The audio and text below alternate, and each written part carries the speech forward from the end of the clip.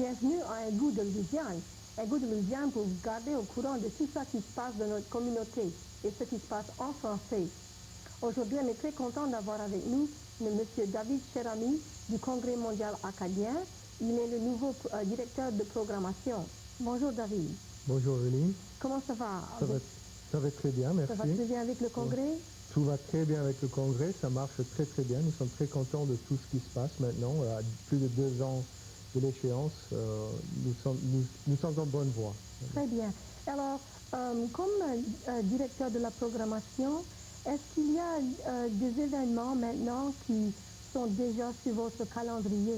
Oui, tout à fait. Nous avons surtout des réunions de famille, parce que le Congrès mondial acadien, ça va se former autour des réunions de famille. Et j'ai une petite liste de quelques-uns des familles qui sont déjà engagées à être présents du 1er au 15 août 1999 à travers tout le sud de la Louisiane. Les Arsenault, Babineau, Bergeron, Caillouette, Caumont, Hébert, Blanchard, Richard, Trahan, Guidry, Martin, et la liste continue. Nous avons 36 familles déjà et c'est la moitié de notre objectif de 70 familles. Nous voulons 70 familles parce qu'en 1994, au Nouveau-Brunswick, il y en a eu 69. Alors on va faire un de plus qu'au Nouveau-Brunswick. Ça semble comme si c'est déjà bien parti. Et en effet, les réunions de famille paraissent prendre pas mal de bonnes directions et beaucoup d'intérêt. Le monde a beaucoup d'intérêt. Oui, beaucoup d'intérêt, beaucoup de bonnes directions. Nous avons M. Eddie Richard, qui est notre directeur pour la région à l'ouest de la Chafalaya, et Mme Cheryl Collins, aussi pour la région qui est à l'est de la Chafalaya, elle est à Houma. M. Richard, bien sûr, était ici à Lafayette. Il est assisté de M. Mitch Conover et M. James Bourke. Et je voulais les remercier aussi parce qu'on n'aurait pas autant de succès à présent si ce n'est pas pour tout le travail qu'ils font pour nous. Alors, pour la programmation, David, est-ce qu'il y a déjà eu des décisions de prise concernant les activités d'ouverture et de fermeture? Est-ce qu'il y a des détails sur ça? Oui, tout à fait. Bon, la cérémonie d'ouverture, ça va quelque part dans l'est, dans la région de Houma, Thibodaux. On ne sait pas tout à fait encore. Peut-être dans la paroisse de Saint-Jacques. La paroisse de Saint-Jacques est très intéressée par tout ce qui se passe parce que c'est là à Saint-Jacques de Cabanosset que les Acadiens sont arrivés en Louisiane. Ah, très symbolique. Très symbolique. Et donc le 1er d'août va être la date, on ne sait pas où encore, mais ça commencera le 1er d'août dans l'Est. Le 15 d'août, c'est la fête de l'Assomption de Marie, donc c'est la fête de tous les Acadiens. On va voir le grand spectacle de clôture ici à Lafayette, dans le Cajun Dome. On ne sait pas exactement à quelle heure encore ça va commencer, mais ça va être dans la soirée du 15 août. Et j'ai compris qu'il y aura un festival de films. On aura un festival de films. J'ai parlé justement la semaine passée avec Glenn Pitt qui a fait Bel Isère le Cajun, qui va être le chef de notre comité de films. On va faire non seulement ce film-là, mais il en a fait 8 piastres et demi, Fièvre jaune, des petits films en noir et blanc et en Cajun.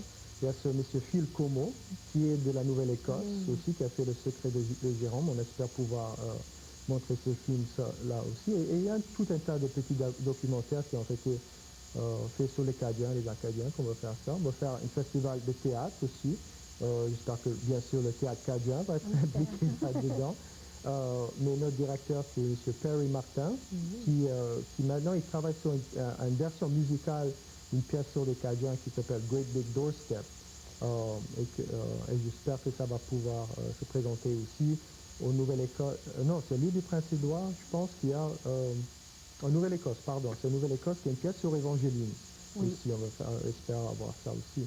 Mais aussi, on va voir des jumelages, aussi avec des célébrations. Il y a plein de villes ici en Louisiane qui sont jumelées avec des villes en Acadie, au Nouveau-Brunswick, en Nouvelle-Écosse, sur l'île du Prince-Édouard.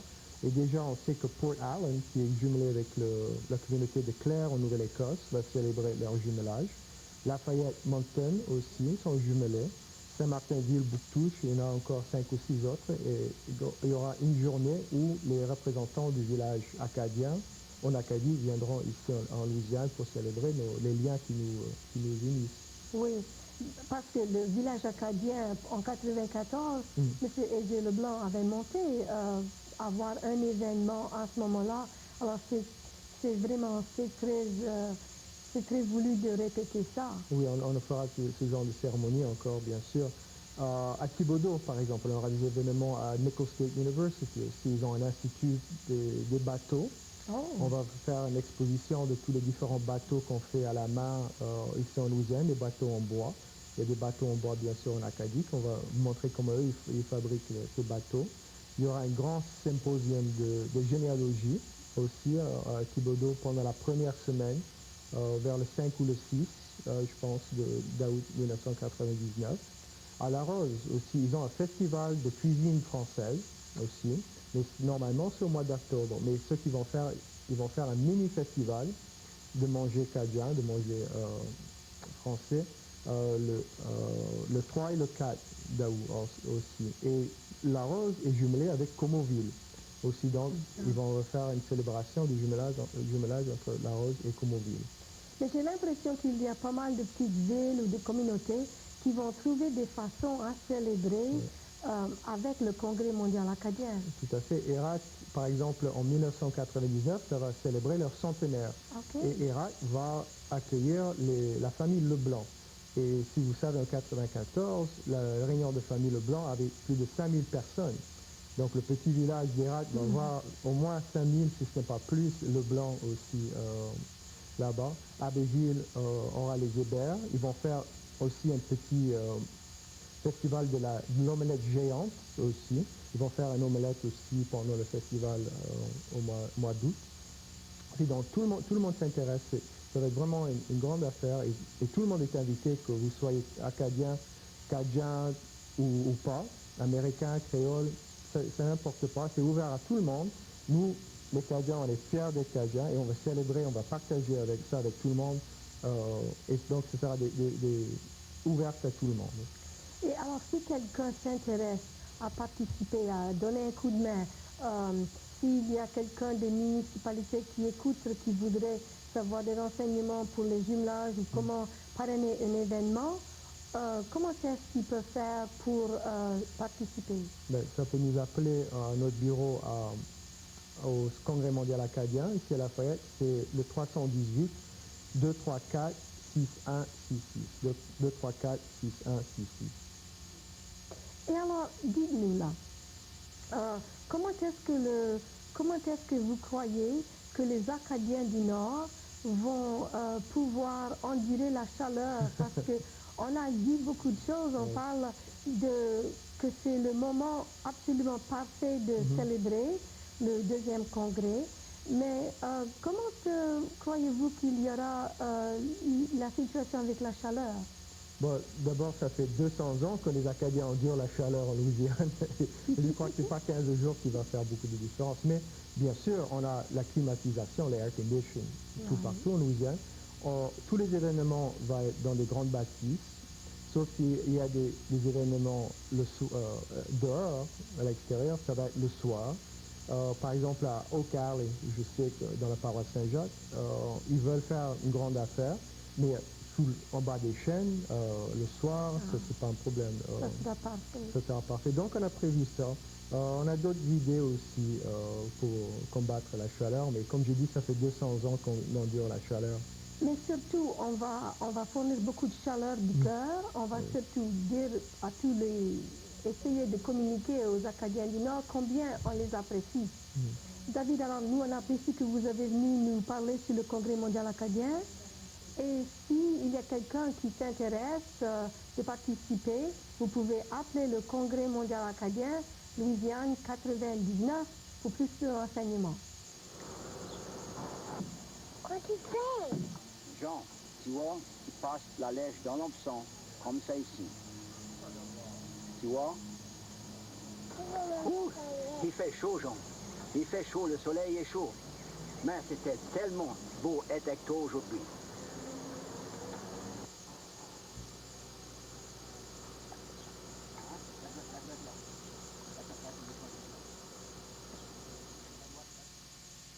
Aujourd'hui, nous avons Jolene Adam. Jolene Adam est la directrice conservatrice du monument acadien. Bonjour Jolene. Bonjour. Le monument acadien à Saint-Martinville a commencé comme un tout petit projet de bénévoles et maintenant il y a une directrice et il y a toute une grande, belle bâtisse et il y a toujours des choses qui viennent.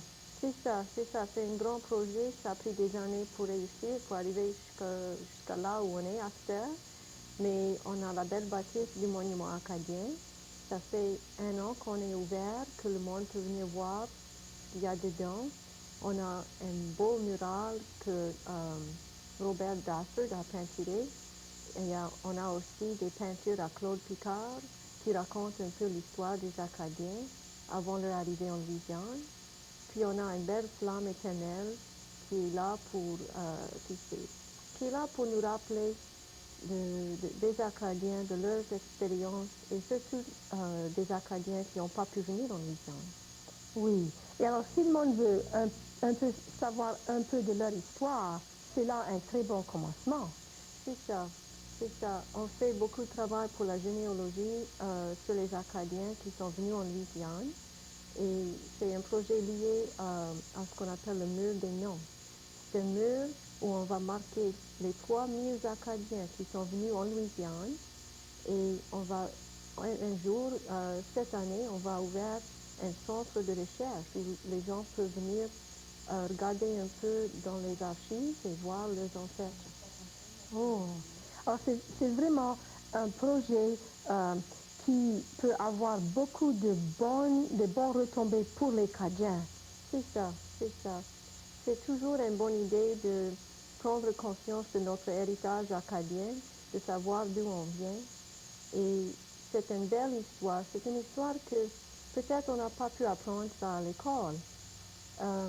C'est pas souvent qu'on tombe sur un professeur qui prend le temps, qui a le temps, parce que c'est un grand ouvrage, montrer l'école, pour montrer l'histoire des Acadiens. Alors, le monument acadien, c'est une bonne place pour commencer à chercher.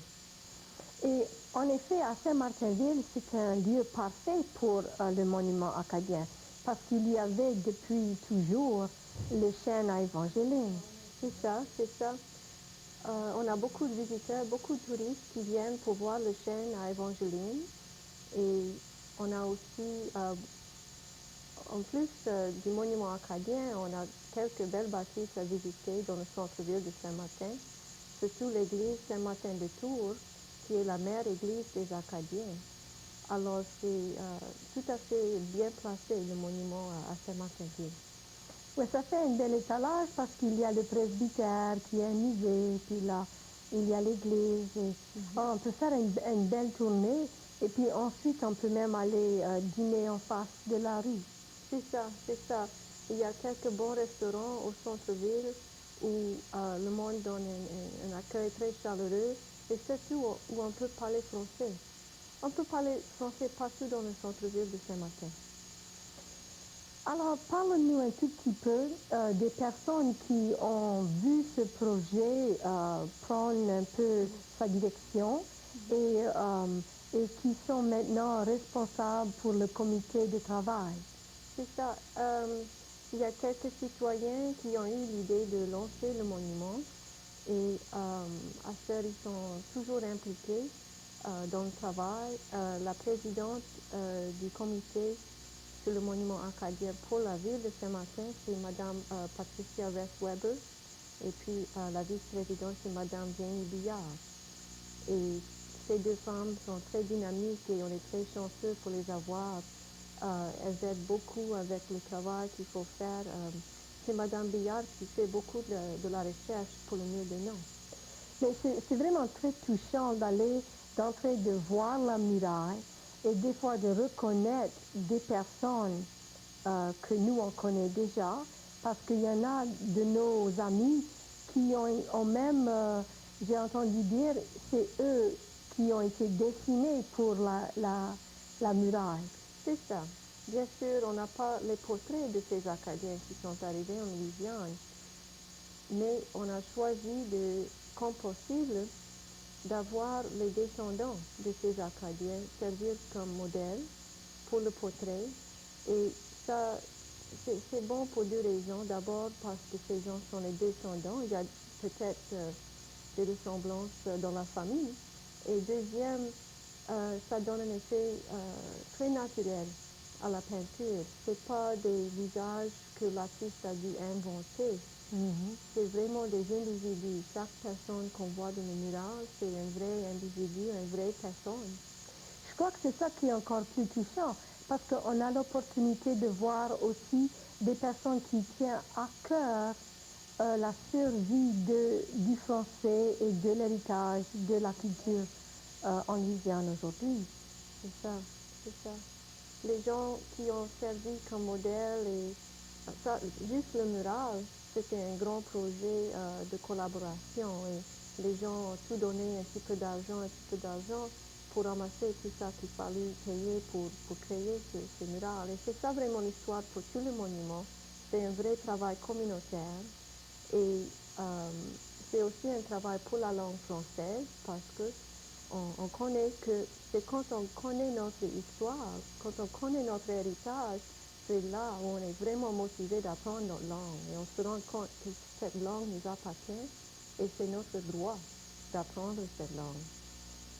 Et alors, vous avez des projets qui vont peut-être toucher aux enfants dans les écoles d'immersion? Oui, j'ai déjà été visiter quelques classes pour l'immersion et c'est là où j'ai commencé à développer des idées pour des activités à faire avec les enfants. Je sais que quand les enfants viennent voir le monument, ils cherchent peut-être quelque chose à toucher, et un programme assez interactif. Alors, c'est ça, on prévoit des activités, des choses à faire, surtout qui ciblent les enfants. Oui. Et tout ça au long du Bayou Teche et pas très loin du parc de l'État de Evangeline. C'est ça, c'est ça. Et on aime collaborer, travailler ensemble avec le parc d'État. C'est quand on vient au monument acadien à Saint-Martin qu'on peut voir le début de cette expérience acadienne en Louisiane. Et quand on va au parc d'État, on peut vraiment voir comment les Acadiens ont pu s'adapter au climat, aux environs ici en Louisiane. Alors vraiment, Jolene, je veux te remercier pour d'avoir venu nous parler de ça. Et on voudrait inviter à tout le monde vraiment de non seulement visiter Saint-Martin, ville en gros, mais d'aller visiter l'église, d'aller visiter le monument, de prendre du temps d'aller emmener les enfants au parc de l'État parce qu'il y a des activités réelles. Et on vous invite surtout à prendre un petit peu de temps de penser à ce qui est important, l'héritage et tout ce qui rattache à cet héritage la langue française. Becky? Ta mère m'a dit que tu avais été voir le docteur aujourd'hui? Mom, it's Grandma. Come and talk to her. She's talking right now. Oh, she's saying. Becky? Hello? Ta mère m'a dit que tu avais été voir le docteur aujourd'hui? Oh, Maman! Qu'est-ce que le docteur a dit? C'était infectieux, mais jamais d'âge, je crois. Aussi, ne manquez pas la suite à Odyssée acadienne. Aujourd'hui, nous allons avoir pour vous des Acadiennes de la France, de la région de Belle-Île, et vous allez pouvoir les rencontrer. Ce sont, après tout, nos cousines de l'autre bord. En peinture, vous allez les voir. Vous allez pouvoir voir comment elles parlent, comment elles peuvent nous parler et qu'on va bien les comprendre. C'est ça qui est la beauté de cette émission. Il y a déjà 10 ans qu'on a tourné cette belle émission, mais la plupart de ces gens-là sont toujours avec nous. On pourrait aller en France demain, les rencontrer, parler avec eux. On aurait l'opportunité de même visiter les mêmes places, les mêmes lieux et toujours avoir ce sentiment de comment ça aurait peut-être été, ça aurait pu être pour nos ancêtres qui sont partis de la France si tellement longtemps. Alors, aujourd'hui, ne manquez pas cette 3e suite. Et c'est Aline Broussard qui vous dit au revoir aujourd'hui et à la prochaine semaine pour un goût de Louisiane.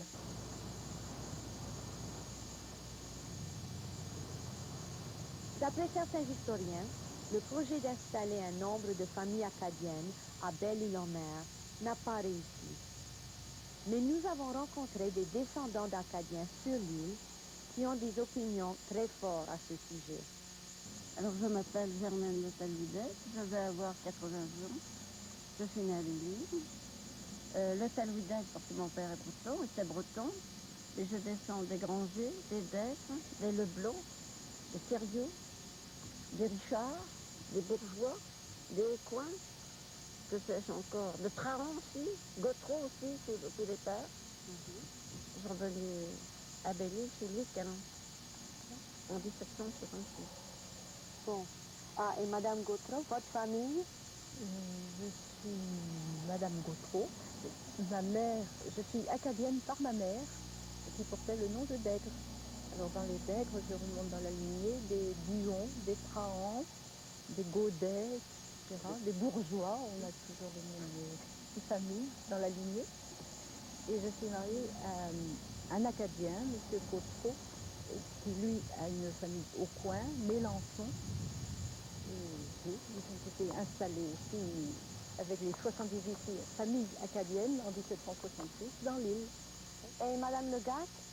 Moi, je suis acadienne par ma mère, c'est-à-dire par ma grand-mère maternelle, alors qui était Villeray, dont la mère était Granger, et les Villeray donc descendaient des Richard, des Leblanc, des Charles Leblanc installés à Chaudé, et mon arrière-grand-mère que j'ai connue était Marie-Rosalie Granger, née dans ce village.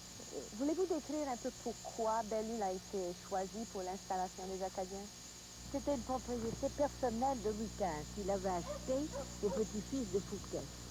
Vous avez entendu parler certainement de Nicolas Fouquet qui avait été arrêté par Louis XIV et emprisonné, mais sa famille était restée quand même propriétaire de Belle-Île.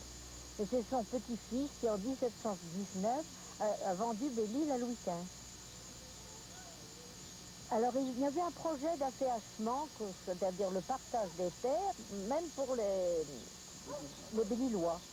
Et ils en ont profité pour activer le projet et installer en plus ces 78 familles acadiennes.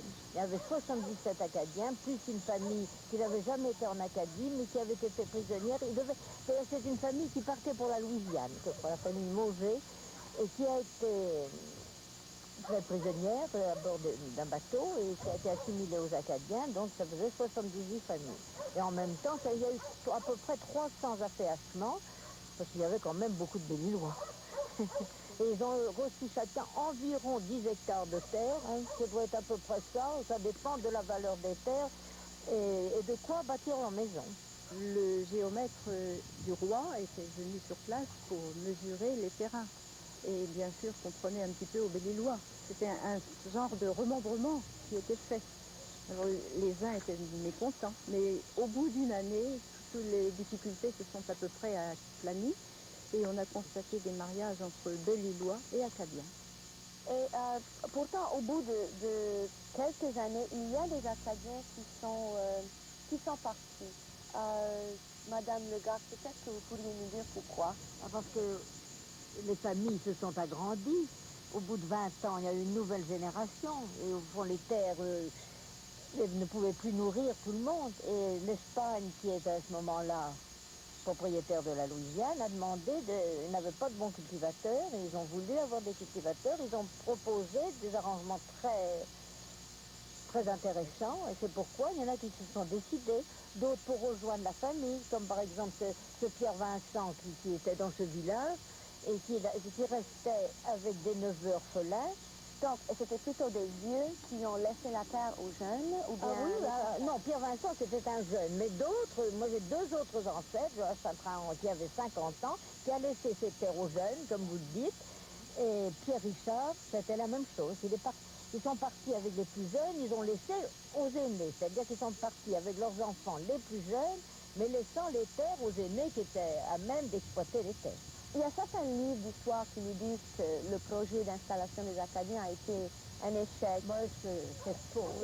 Dans quelle mesure est-ce que ça a réussi ou ça a très bien réussi. Il avait toujours dit que l'installation à Belle-Île a très bien réussi. C'était l'agriculture et la pêche qui faisaient vivre Belle-Île-en-Mer dans un autre temps. Mais aujourd'hui, le tourisme aussi joue un rôle important dans l'économie de l'île. Qu'est-ce qu'on trouve comme traces des Acadiens ici, aujourd'hui? Les anciennes maisons acadiennes, comme Kervarison, où nous sommes en ce moment. Alors, même si les maisons ont été renouvelées ou changées un petit peu, les terrains sont des mêmes, Ah sont oui, des ils sont concessions restés dans les familles originales. depuis 200 ans. Aussi bien vous avez Androsol, des cultivateurs qui descendent des grangers et qui sont sur les mêmes terres. Vous entendez bien avec les touristes? Ça dépend lesquels, hein. Les résidents secondaires, il y en a qui sont parfaits, qui viennent à longueur d'année, des gens que nous connaissons depuis 50 ans. Nous avons de très bonnes relations. Les campeurs, c'est peut-être différent. Les faits qui nous envahissent. Mais au contraire, c'est une nécessité. Et puis enfin, les familles qui viennent depuis très longtemps, on les considère souvent comme des amis. Hein. Alors moi, je pourrais peut-être revenir aussi sur nos relations avec les Acadiens, particulièrement ceux du Canada, parce que l'on voit quand même plus souvent, quoique notre association a été fondée, au fond, en 79 pour accueillir le groupe de Louisianais de Saint-Martinville. Ça a été le... Mais là, il y a eu moins de contacts à ce moment-là. Il y avait d'ailleurs peu de Cajuns qui étaient. C'était surtout des francophones qui ne parlaient pas tellement de français. 1, 2, 3, 4.